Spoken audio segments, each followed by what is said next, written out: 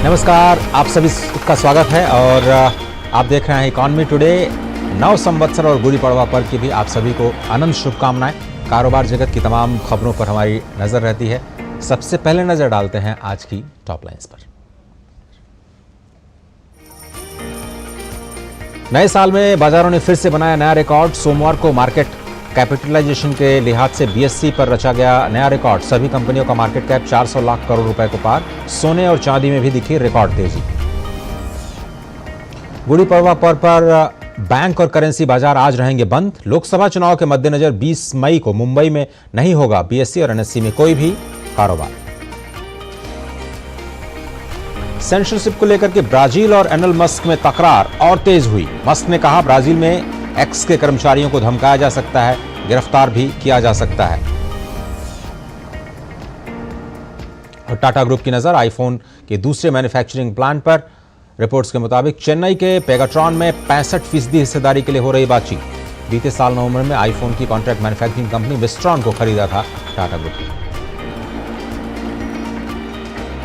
तो ये कुछ बड़ी खबरें आज के लिहाज से जिस पर हमारी निगाह रहेगी और चर्चा करेंगे आज बढ़ते हुए बाजारों पर। लेकिन एक और भी ट्रेंड है जो ये दिखाता है कि कितना तेजी से विकास हो रहा है, वो है व्हीकल सेल्स का। भारत ने यात्री वाहन बिक्री में वित्त वर्ष 2024 में नया रिकॉर्ड बनाया। Federation of automobile dealers association के जारी आंकड़ों के मुताबिक इस साल कुल 39,48,143 यूनिट्स की बिक्री हुई है, जो बीते साल की तुलना में 8.45% ज्यादा है। इसके साथ ही यह बिक्री वित्त वर्ष 2024 के अब तक के उच्चतम स्तर पर पहुंच गई है, जबकि वित्त वर्ष 2023 में 36,40,399 यात्री वाहनों की रिटेल सेल्स हुई थी। फाडा ने इस साल बेहतर वाहन उपलब्धता, बाजार में मौजूद आकर्षक मॉडल्स और नए मॉडल्स के साथ सड़क में जो बुनियादी ढांचे का विस्तार हो रहा है, इन सबको वजह बताया है इस बिक्री के पीछे। इस साल एसयूवी की मांग में तेजी दिखाई दी। फाडा के मुताबिक भारत में पहली बार एसयूवी की बाजार की हिस्सेदारी अब 50% पहुंच गई है। वित्त वर्ष 2024 में भारत में ऑटो खुदरा बिक्री 10% बढ़ी।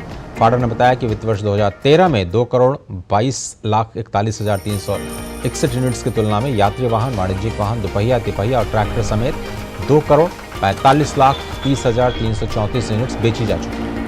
बिक्री में सबसे ज्यादा बढ़ोतरी तिपहिया वाहनों की रही, जिसमें करीब 49% का उछाल देखा गया। इसके बाद दोपहिया वाहन और यात्री वाहनों का स्थान रहा। एसोसिएशन ने कहा 31 मार्च को फेम 2 सब्सिडी की समाप्ति से इलेक्ट्रिक वाहन की बिक्री में उल्लेखनीय वृद्धि हुई। अब बात करते हैं बाजारों की। आज शुरुआती संकेत मिलने शुरू हो गए थे गिफ्ट निफ्टी से कि आज भारतीय बाजार एक बार फिर से नए रिकॉर्ड्स को बनाते हुए दिखाई देंगे। गिफ्ट निफ्टी में जिस वक्त हमें लेवल दिखा 22,808, 30 अंक नीचे, लेकिन आज देखते हैं सेंसेक्स और निफ्टी ने किस तरह से एक बार फिर से ऑल टाइम हाई बनाया। 381, 75,124 को पार कर गया। 75,000 के ऊपर ये सेंसेक्स की ओपनिंग हुई है। आज की बड़ी खबर यही। और निफ्टी की अगर हम बात करें तो निफ्टी में भी आज तेजी के साथ कारोबार की शुरुआत हुई है। इस वक्त अगर हम देखें तो निफ्टी 48 अंकों पर कारोबार कर रहा है और 22,712 का स्तर दिखाई दे रहा है। सेंसेक्स में 74,926 का स्तर 183 अंकों पर कारोबार करता हुआ दिखाई दे रहा है। बैंक निफ्टी की बात करें तो 76 अंकों पर 48,657 का स्तर दिख रहा है। आईटी स्टॉक्स में भी तेजी है, करीब 1% से ज्यादा उछाल देखा जा रहा है निफ्टी आईटी में।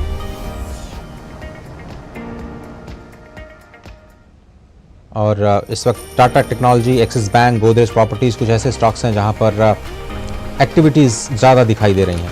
टॉप गेनर्स की अगर हम बात करें तो Godrej Properties, Canfin Homes, Dixon Technologies, IEX और एम्फेसिस 2 से 6% की बढ़त के साथ कारोबार कर रहा है। इन्फोसिस आज का टॉप गेनर 1.9%, 1,504 का स्तर दिखाई दिया। Hero MotoCorp, Apollo hospital, Shriram finance में भी इस वक्त तेजी दिखाई दे रही है। 52 वीक्स हाई पे Sobha developers, Godrej properties, Nuvama wealth, Hitachi energy, Motilal Oswal दिखाई दे रहे हैं।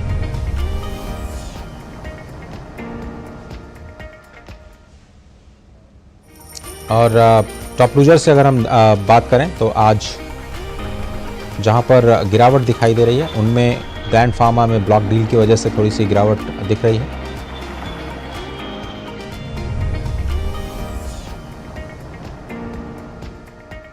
लेकिन केवल मार्केट्स में इस वक्त देखें तो फाइनेंशियल मार्केट्स में केवल शेयर मार्केट ही नहीं, बाकी जो दूसरे मार्केट्स हैं, हालांकि आज बैंक और करेंसी बाजार बंद हैं। कमोडिटीज़ में इस वक्त तेज़ी दिखाई दे रही है, कमोडिटी बाजार आज खुले हुए हैं। और बड़ी खबर यह भी है कि आज सोना और चांदी दोनों ही रिकॉर्ड हाई पर एक बार फिर से पहुंचते हुए दिखाई दे रहे हैं। आज 150 अंकों की बढ़त दिखाई दी सोने के कारोबार में और सोना 71,000 को पार कर गया था। टॉप लूजर्स इस वक्त आप देखिए, आयशर मोटर्स 1.4% नीचे, BPCL में आधे फीसदी की गिरावट, डिवाइस लैब भी आधे फीसदी गिरा, सिप्ला 0.45%, ONGC में भी गिरावट का दौर आज के शुरुआती कारोबार में दिखाई दे रहा है। ग्लोबल मार्केट्स किस तरह से नजर आ रहे हैं आपको बताएं। ग्लोबल मार्केट्स में अमेरिकी बाजारों में जो फ्यूचर्स मार्केट है उसमें मिला जुला रुख, काफ़ी फ्लैट कारोबार दिख रहा है डाउ जोन्स, S&P और नैस्डैक में। यूरोपीय बाजारों का जो कल की मंदी का भाव है, जिन स्तर पर ये क्लोजिंग हुई है बता दें आपको, FTSE 32 अंक ऊपर, फ्रांस का CAC 57.99 पॉइंट्स की बढ़त के साथ बंद हुआ, जर्मनी का टैक्स भी 143 अंकों की बढ़त के साथ बंद होता नजर आया। एशियाई बाजारों की बात करें तो आज मिला जुला रुख, कॉस्पी दक्षिण कोरिया के बाजार में गिरावट है, बल्कि हैंगशैंग और निकी में तेजी का रुख दिखाई दे रहा है।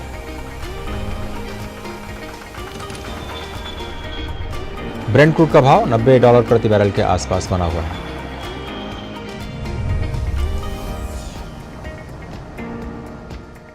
और अब बात करते हैं आज के फोकस की।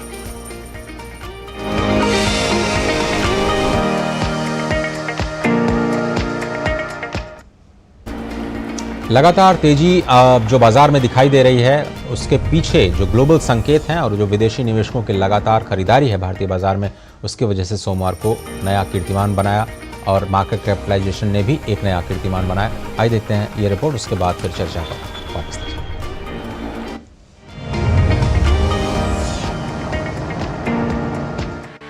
मजबूत ग्लोबल संकेतों और विदेशी निवेशकों की ओर से लगातार खरीदारी की वजह से भारतीय शेयर बाजारों ने 8 अप्रैल को नया कीर्तिमान बनाया। हफ्ते के पहले कारोबारी दिन सेंसेक्स और निफ्टी एक बार फिर से नई ऊंचाइयों पर पहुंचकर बंद हुए। सोमवार को सेंसेक्स 494 अंकों की बढ़त के साथ 74,442 के स्तर पर और निफ्टी 153 अंक चढ़कर के 22,666 पर बंद हुआ। बाजार में सबसे ज्यादा खरीदारी मेटल और रियल्टी सेक्टर्स में देखने को मिली, वहीं फार्मा सेक्टर्स के शेयरों में गिरावट दिख रही है। इसके साथ ही BSE पर लिस्टेड सभी कंपनियों की मार्केट कैपिटलाइजेशन पहली बार 400 लाख करोड़ रुपए के पार पहुंच गई। ब्लू चिप्स, मिड कैप और स्मॉल कैप इंडेक्स में शानदार तेजी के बीच मार्केट कैपिटलाइजेशन में ये उछाल देखने को मिला। BSE पर लिस्टेड सभी कंपनियों का मार्केट कैप पहली बार मार्च 2014 में 100 लाख करोड़ रुपए के पार पहुंचा था। इसके बाद फरवरी 2021 में ये 200 लाख करोड़ रुपए, जुलाई 2023 में 300 लाख करोड़ रुपए और अब इसके ठीक 9 महीने बाद 400 लाख करोड़ रुपए के पार पहुंचने में कामयाब रहा है। पिछले एक साल में मिड कैप इंडेक्स में 60%, स्मॉल कैप इंडेक्स में 64% की तेजी दिखी है। सेंसेक्स में इस मुकाबले केवल 28.6% की ही तेजी दिखाई दी है। सबसे ज्यादा चलने वाले सेक्टर्स की लिस्ट में रियल एस्टेट, सरकारी बैंक, ऑटो, एनर्जी, इंफ्रास्ट्रक्चर और फार्मा सेक्टर रहे हैं। उधर अंतर्राष्ट्रीय बाजार में सोने की कीमतों में लगातार तेजी जारी है। सोने में इस साल अब तक 13.5% की तेजी देखने को मिल चुकी है। सोने का भाव $2,372.50 प्रति औंस पर पहुंच चुका है। 2024 में चांदी में भी तेजी देखने को मिल रही है। अमेरिका में ब्याज दरों की स्थिति ऊंची बनी रहने और भू राजनीतिक उठापटक के बीच सोने में ये तेजी दिख रही है। उधर कच्चे तेल की कीमतें $90 पर पहुंचने के बाद स्थिर बनी हुई हैं। Ajay Mishra, DD news, Delhi.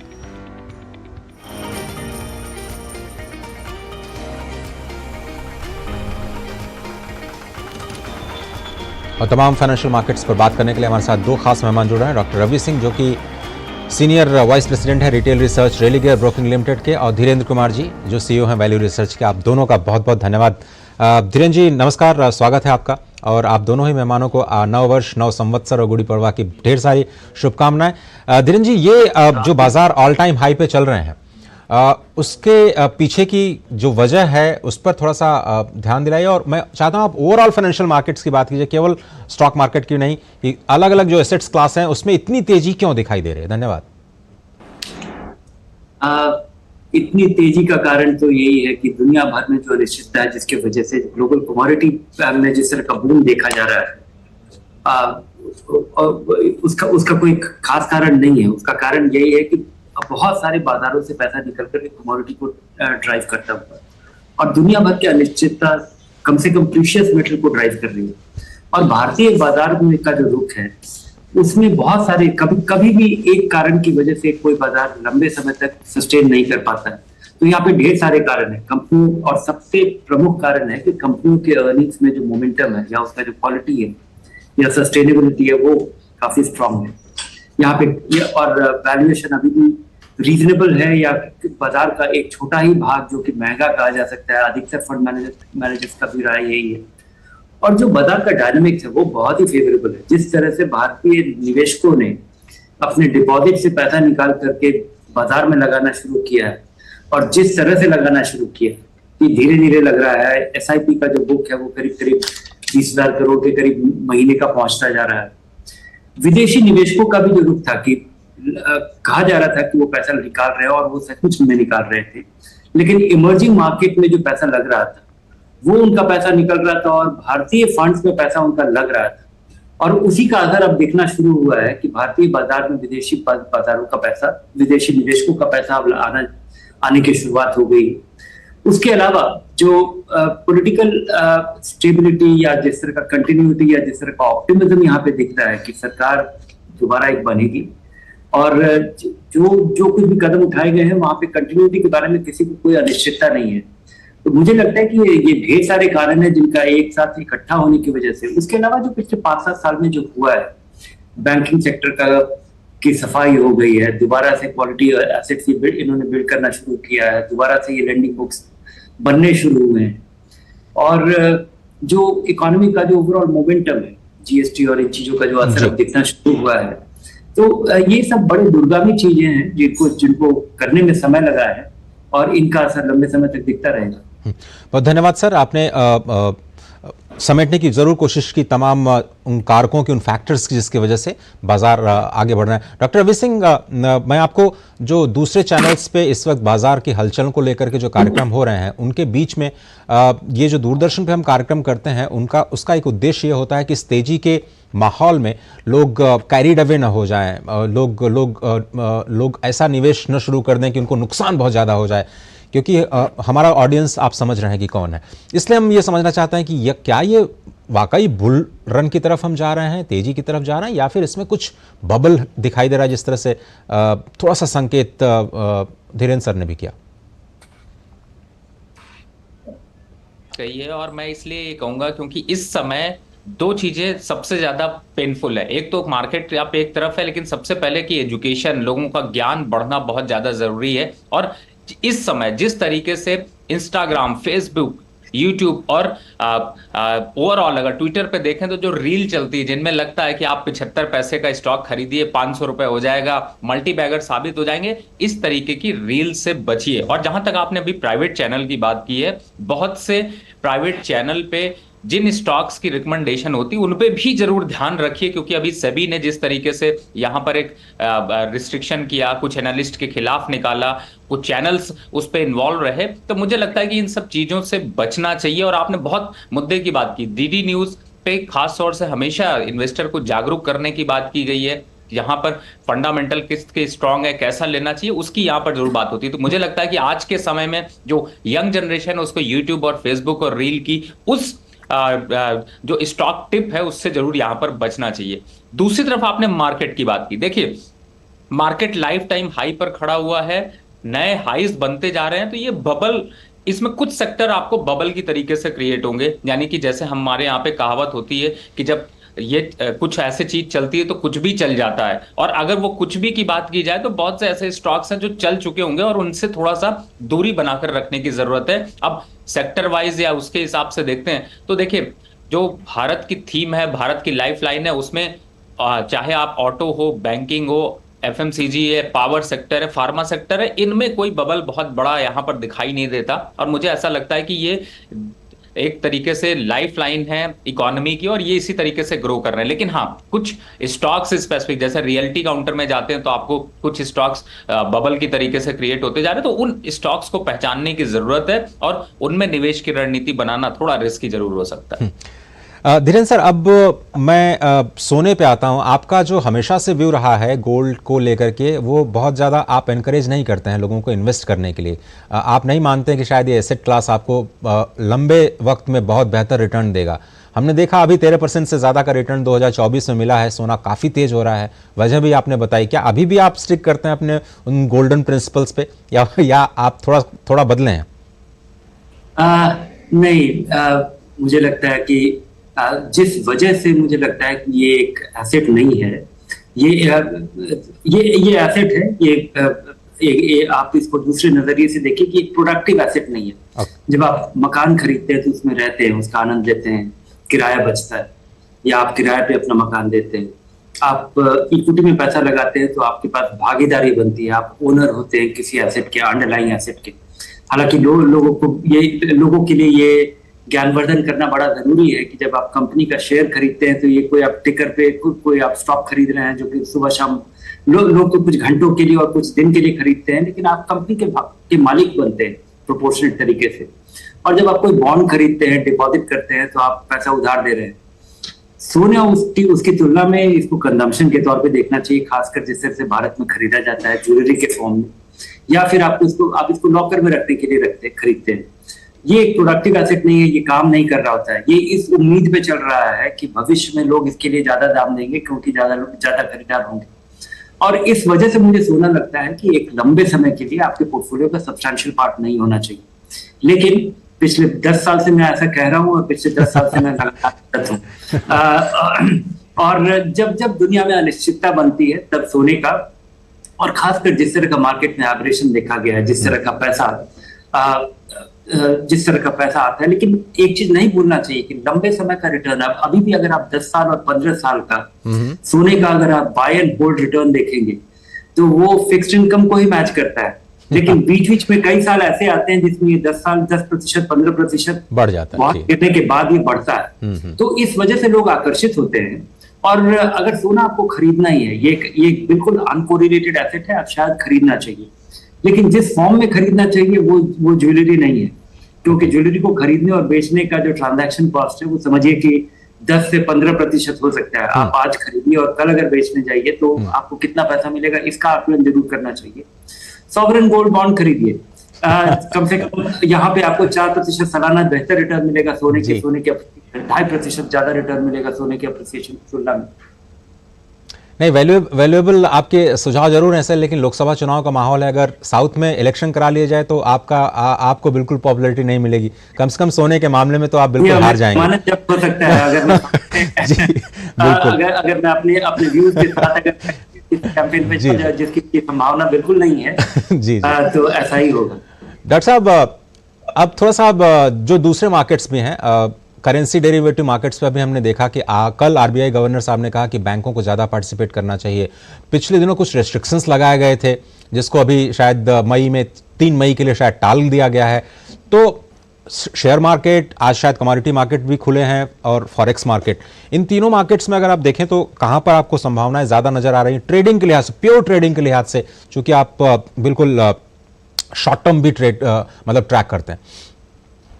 देखिए, शॉर्ट टर्म अगर ट्रेड करते हैं तो डेफिनेटली है कि स्टॉक्स में अपॉर्चुनिटीज है। लॉन्ग टर्म के लिए धीरेन्द्र जी को तो मैं बहुत पहले से फॉलो करता हूं, और उनके जो एसेट्स होते हैं, जो उनकी वैल्यूबिलिटी होती है, मेरे ख्याल से इसीलिए शायद धीरेन्द्र जी गोल्ड को बहुत ज्यादा पसंद नहीं करते और यहाँ पर लॉन्ग टर्म एसेट्स को ज्यादा पसंद करते हैं।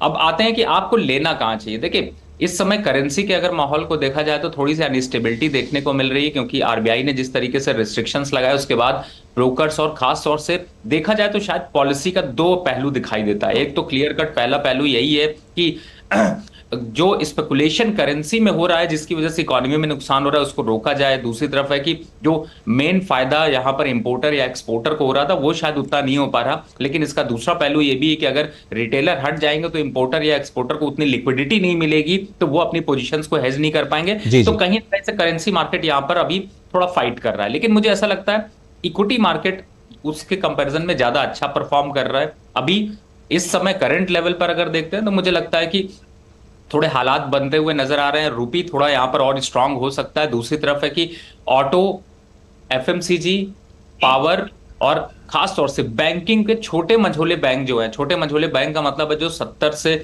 50 रुपए के आसपास है, जैसे सेंट्रल बैंक है, बैंक ऑफ बड़ौदा है, दूसरे बैंकों के इंडियन बैंक देखें, यूनियन बैंक देखें, यूको बैंक देखें, तो इस टाइप के जो छोटे मझोले बैंक हैं, इनमें एक अच्छी खासी रैली यहाँ पर बनती हुई नजर आएगी। और मुझे लगता है कि आप भरोसा अभी इन्हीं पर जताइए, जिससे कि लॉन्ग टर्म में भी आपको फायदा मिल सके और शॉर्ट टर्म में भी आप थोड़ा फायदा उठा सकें। धीरेन्द्र सर, अंतिम सवाल, चूंकि भारत में बहुत ज़्यादा लोग पढ़ाई नहीं करते हैं, मतलब सीरियस इन्वेस्टर्स नहीं हैं, टिप्स पे ज़्यादा जाते हैं, लोगों से पूछते हैं, और ये बहुत ही आम ट्रेंड है, इसलिए, और आप तो चार्ली मुंगेर और वारन बफेट जैसे जो लोग हैं उनको हमेशा से एक तरह से ट्रैक करते रहे हैं, क्या वाकई वैल्यू इन्वेस्टिंग के लिए ये बाजार अभी भी आपको सही दिखाई देते हैं? लॉन्ग टर्म के लिए आपको कुछ पिक मिलते हैं? नहीं, अभी वैल्यू इन्वेस्टिंग या वैल्यू बाइंग, आपको बाजार का वो सेगमेंट ढूंढना जहां पे बड़ा प्रॉमिस हो और सस्ता उपलब्ध हो, ये बड़ा मुश्किल है। लेकिन बाजार का कोई ना कोई भाग हमेशा साइक्लिकल होता है, जो कि आउट ऑफ फेवर रहता है। और हमेशा आप अगर देखेंगे कि आज अगर आप category returns value research online पे जाए और वहां देखें कि पिछले एक साल में जो सबसे बेहतरीन रिटर्न देने वाला जो सेगमेंट है या जो सेक्टर है, तो वैसे ही एक सबसे वाहियात सेक्टर भी आज आपको मिलेगा। और इस तरह का साइक्लिकलिटी, कई बार आपको कमाल की कंपनियां मिलती हैं एक आउट ऑफ फेवर सेक्टर में, और कई बार आपको बहुत ही घटिया कंपनी मिलती है एक बहुत ही इन फेवर सेक्टर में। तो मुझे लगता है कि लोगों को इन चीजों को बारीकी से देखना चाहिए, और एक आम निवेशक को अपना एनपीएस अकाउंट खोलना चाहिए, लगातार निवेश करना चाहिए, म्यूचुअल फंड का, एक फ्लेक्सी कैप फंड का चुनाव करना चाहिए, एसआईपी करना चाहिए, सुबह 9:30 बजे टेलीविजन चैनल खोल के नहीं देखना चाहिए, हर महीने अपना इन्वेस्ट करते रहिए। और अगर आप 3 साल तक अगर आप स्मॉल कैप फंड में भी अगर आप इन्वेस्ट कर रहे हैं और 3 से 5 साल के व्यू से अगर आप इन्वेस्ट कर रहे हैं, तो कोई फंड मैनेजर भी आपका कुछ नहीं बिगाड़ सकता है। बहुत बहुत धन्यवाद धीरेन्द्र जी, बहुत शुक्रिया वक्त निकालने के लिए। डॉक्टर रवि सिंह, आपका भी शुक्रिया इकोनॉमी टुडे में वक्त देने के लिए। और अब नजर डालते हैं कारोबार जगत से जुड़ी कुछ और अहम खबरों पर फटाफट अंदाज में। आरबीआई ने महाराष्ट्र के शिरपुर मर्चेंट्स कोऑपरेटिव बैंक की बिगड़ती वित्तीय स्थिति को देखते हुए उसके खिलाफ कड़ी कार्रवाई की है। केंद्रीय बैंक ने कोऑपरेटिव बैंक के खातों से निकासी समेत कई सेवाओं पर रोक लगा दी। रोक के बाद से ये सहकारी बैंक कोई भी नया कर्ज भी नहीं दे पाएगा और न ही कोई निवेश कर पाएगा। इसके साथ ही केंद्रीय बैंक की पूर्व अनुमति के बगैर बैंक को अपनी संपत्ति या परिसंपत्तियों के हस्तांतरण या निपटान की भी अनुमति नहीं होगी। आरबीआई गवर्नर शक्तिकांत दास ने घरेलू और विदेशी दोनों स्तरों पर रुपए डेरिवेटिव बाजार में भारतीय बैंकों को विवेक के साथ अधिक भागीदारी करने की जरूरत पर बल दिया है। श्री दास ने बार्सिलोना में आयोजित FIMMDA PDAI सम्मेलन को संबोधित करते हुए कहा कि डेरिवेटिव बाजारों में भारत के घरेलू बैंकों की भागीदारी सिर्फ सक्रिय बाजार निर्माताओं के एक छोटे समूह तक सीमित है। हालांकि वैश्विक बाजारों में भारतीय बैंकों की भागीदारी बढ़ रही है, लेकिन ये काफी कम है। बिजली क्षेत्र के लिए वित्त उपलब्ध कराने वाली सरकारी स्वामित्व की कंपनी REC का नवीकरणीय ऊर्जा परियोजनाओं के लिए कुल स्वीकृत ऋण 2023-24 के दौरान 6 गुना से ज्यादा होकर के 1,36,516 करोड़ रुपए पर पहुंच गया। इससे पहले 2022-23 में कुल ऋण 21,371 करोड़ रुपए ही था। नवीकरणीय ऊर्जा परियोजनाओं के लिए ऋण में तेज वृद्धि जलवायु परिवर्तन से लड़ने के लिए कार्बन उत्सर्जन कम करने की सरकार की रणनीति का एक बड़ा हिस्सा है। ताइवान की कंपनी पेगाट्रॉन, जो एप्पल के लिए आईफोन बनाती है, अब भारत में एकमात्र आईफोन कारखाना टाटा समूह को सौंपने की बात कर रही है। ये सौदा एप्पल की मंजूरी से हो रहा है। सौदे की शर्तों के मुताबिक टाटा समूह और पेगाट्रॉन एक संयुक्त उद्यम बनाएंगे। टाटा समूह इस संयुक्त उद्यम में कम से कम 65% हिस्सेदारी रखेगा। पेगाट्रॉन के पास बाकी की 35% हिस्सेदारी होगी और तकनीकी सहायता भी प्रदान करेगी। देश में दूरसंचार ग्राहकों की संख्या फरवरी में पिछले महीने की तुलना में 0.38% बढ़ी 119.7 करोड़ पर पहुंच गई है। दूरसंचार नियामक ट्राई ने यह आंकड़ा जारी किया। भारतीय दूरसंचार विनियामक प्राधिकरण की रिपोर्ट के मुताबिक फरवरी में शहरी टेलीफोन ग्राहकों की संख्या 0.4% बढ़ करके 66.37 करोड़ हो गई है, जबकि गाँव में 0.34% की बढ़ोतरी के साथ 53 करोड़ 13 लाख ग्राहक हुए। ट्राई की मासिक ग्राहक रिपोर्ट के मुताबिक ब्रॉडबैंड की कुल ग्राहकों की संख्या भी जनवरी के अंत में 91.10 करोड़ से बढ़कर के फरवरी के अंत में 91.67 करोड़ पर पहुंच गई। भारत ने 1 अप्रैल से शुरू में तो आप देख रहे थे ये कुछ अहम खबरें जो कि कारोबार जगत से जुड़ी होती है। फिलहाल इकॉनमी टुडे के आज के इस अंक में सिर्फ इतना ही। पूरी टीम को दीजिए इजाजत और 9 संवत्सर की एक बार आप सभी को फिर से अनंत शुभकामनाएं। नमस्कार।